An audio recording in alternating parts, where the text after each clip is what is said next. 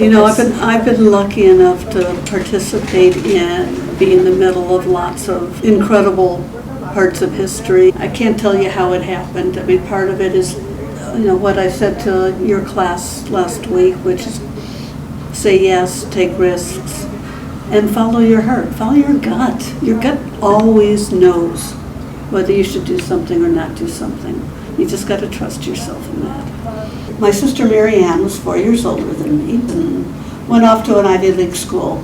And I got to go visit her on campus. I was really close to her. So when I went to visit her, she said, okay, so first I'm going to get you stoned. She took me to a meeting of Students for Democratic Society, also known as SDS.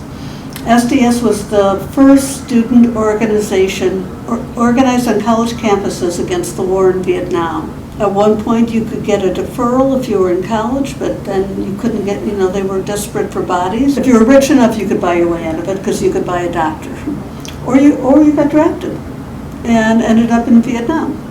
So I was 15 years old and I'm at this SDS meeting. And I'm like, well, I got to do something about this.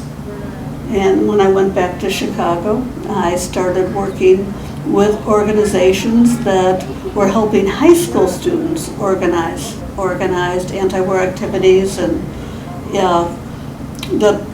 in my high school, but also Chicago-wide when there were big demonstrations. Where I first learned about the Vietnam War and became an activist. Mm-hmm. I got exposed to civil rights movement early on. They arranged us to go meet with these kids from the south side of Chicago who were mostly Black. And because of the circumstances in which they were born and the color of their skin, their opportunities were so much different than the ones I had in front of me.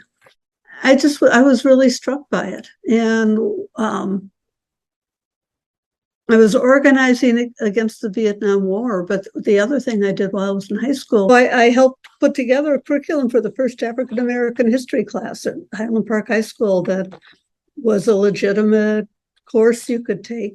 Personally, I can't think of anything either more rewarding or exciting than helping make this march on Washington for lesbian and gay rights an overwhelming success. You know, I was a tried and true feminist, taught women's studies at San Francisco State for 3 years, and saw marriage, which it is, as in terms of its history, as a patriarchal institution, being about ownership of women. When I was an organizer for the March in Washington, there was a group of people who came to us and said, we want to organize a demonstration in front of the Internal Revenue Service building because not being able to be married harms us financially, that we can't, in many different ways.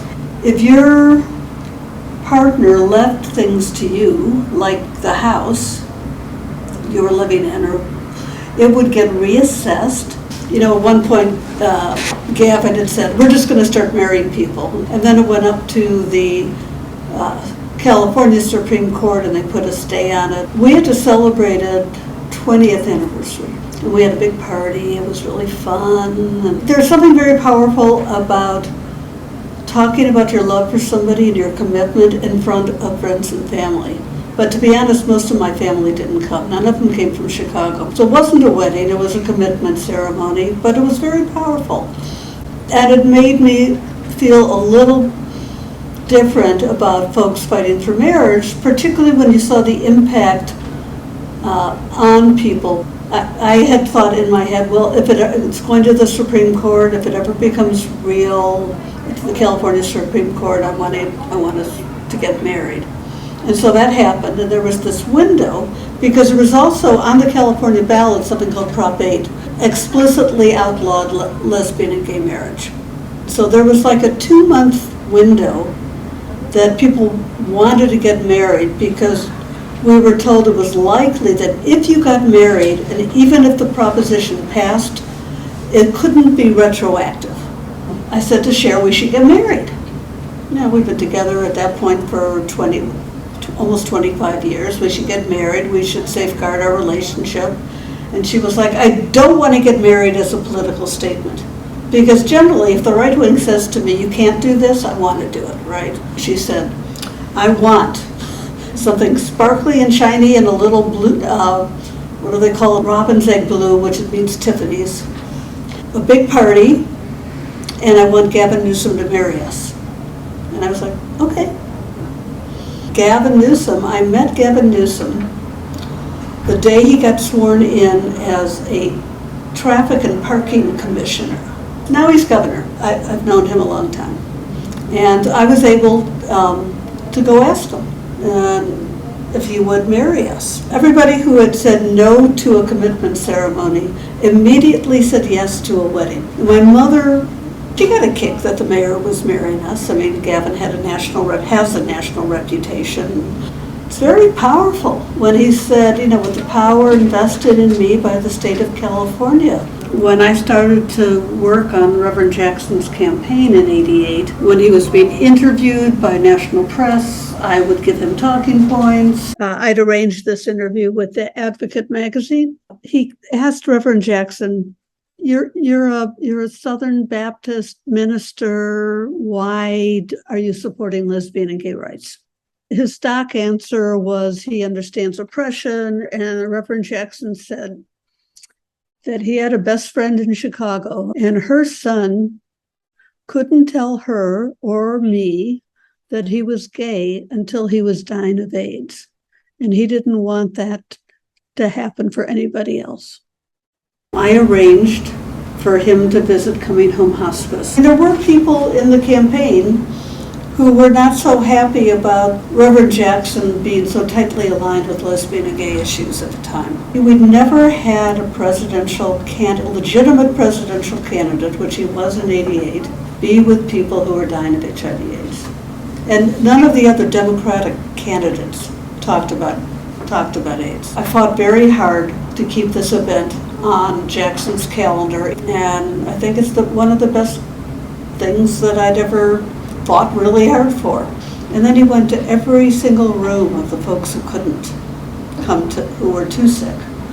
And he hugged them, and he talked to them, and he prayed with them. It was a big deal. It was really a big deal. So at the '88 Democratic Convention, which I was at representing Reverend Jackson, and I had my sign that said, "Lesbians and Gays for Jackson." TV cameras focused on my sign.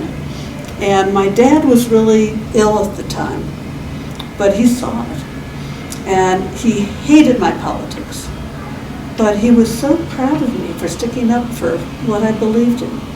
I really wish I could give you more of a sense of what that felt like for me to come of age in this period of these great social movements where you actually felt you could change the world. I mean, I know that sounds crazy and juvenile, but we did it in some ways. I mean, and we ended the Vietnam War. We changed public opinion about the war. I think your generation is really going, you're our hope. As a media major, this summer with both Uvalde and Roe, I've gotten very discouraged and sad. It's good to hear that there's a reason to keep doing it. I got angry at how unjust things were, how slow change happened. I got more realistic about what it takes. You have to have the goal, but you also have to support incremental change. Lots of little changes can build into something bigger. And a lot of people don't have patience for little change. They just, they're absolutely want revolution now or whatever. It's not how it happens. We'd been together for 32 years when Cher got diagnosed. She had this incredible wit and sense of humor, and she made me laugh. I was going to make all this political change, and she would make fun of the organizations that I was in and their initials. She wouldn't let me take myself too seriously. We were just different, but we gave each other space to do that. We did not share everything. We didn't share some friends. We didn't share some hobbies. And that combination of giving ourselves space, but also coming together when we needed to, is what allowed us to weather cancer, but just to be together for 34 years. There was this quote that stuck with me. She was like, relationships are everything. And I didn't really think much about it because I'm usually like a loner type of person. I'm an only child. I just feel like my life got a whole lot better after hearing that, because as I started putting more effort into my friendships and my family, life just got better. I don't know how to explain that. Yeah. How did I keep it together? I didn't always keep it together. Cher said she wanted to live. And I said, okay, we're going to do everything we can to keep you alive for as long as you can. And meanwhile, trying to lead a normal life. Our one dog died, we got a puppy. We spent a lot of time with friends and family. My mantra at the time was still is, about keeping my heart open and staying present. You live in one place. I mean, I lived in San Francisco since 1976, and I had lots of different kinds of work and lots of different political work, volunteer work. I played softball. I worked on campaigns. So I met all these people. Everybody showed up. How she dealt with grief in the past 2 years. She lost somebody that was very, important to her. I also did. And it kind of made me realize, grief is not something you get through. It's like something you go with, and it changes you over time, and it makes you look at life differently. To me, Pam is very resilient, all of her stories, the way that she was able to be present to, Cheryl, even though she was sick. I feel like I wouldn't be able to do that. And my dog is putting on a show for you. She goes, "It's time for dinner, Pammy." She cracks me up.